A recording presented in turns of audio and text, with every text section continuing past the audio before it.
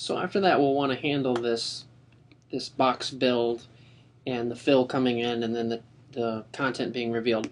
So what I'm going to do is grab everything but the outline and just move that to the end, and then I'll bring it back when I want to deal with it, just so I can just see the item I want to deal with. So the first thing I want to do is reveal this outline, and I'm going to use a mask to do that. So essentially a mask, anything that mask is touching will reveal the thing that it's masking, and I'm going to use that to create that drawing effect.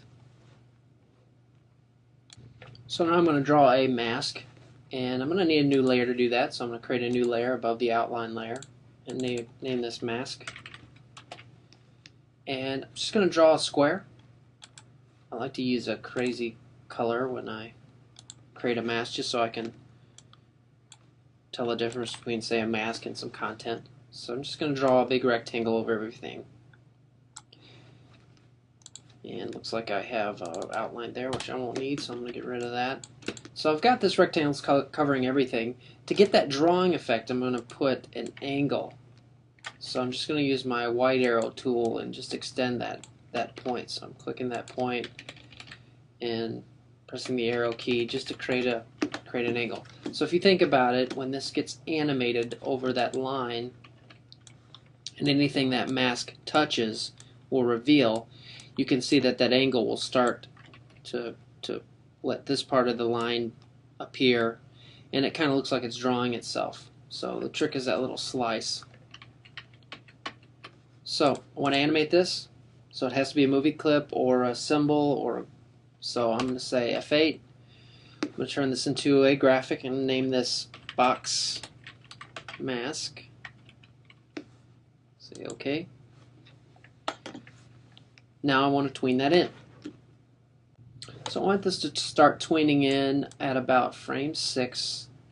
So I'm going to press F6, and then I want it to last until about frame 16. So create another keyframe there and put my animation here. So right click, create motion tween, and then I'm just going to move that in. So move that out. Tween that in. Okay, so currently if we were to test this, we just see a big block. So we need to define this as a mask. So I'm going to right or double click that icon, and I'm going to choose mask. So I just double click that icon and choose mask. And I want it to hide this outline, so I'm going to drag this outline icon kind of diagonally. As you can see, it's being masked under that layer named mask. You won't see the mask in real time unless you lock both of the layers, so go ahead and lock both of those layers. So now we can see that is drawing that. Looks like at the first part of this, the mask is there, so you're seeing it for the first 5 frames. So I'm going to move that off the stage. So it's off, and then it'll reveal it till the end of the scene. So lock them both, and you can see that. So as you can see, that's looks like it's drawing itself.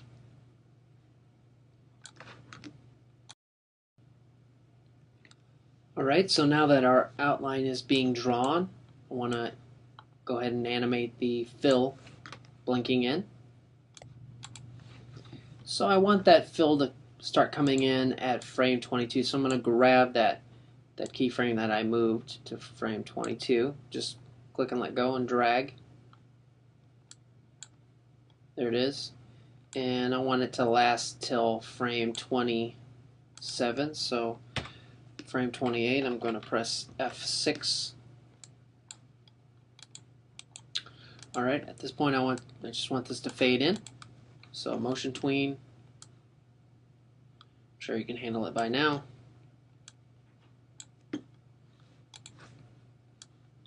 So that fades in. And then sometimes I like to have a little blink there just to say I'm done fading in and now it's time to look at me.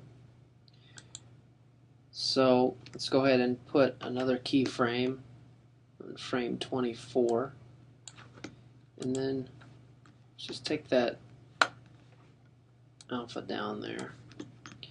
So if you look at it, it's fading in and then gives you a couple frames to think about it, and then it blinks in. Now at that point, that's when I want the text to appear and my graphics, so I'm just going to move those keyframes right at that point where it blinks in, and like magic,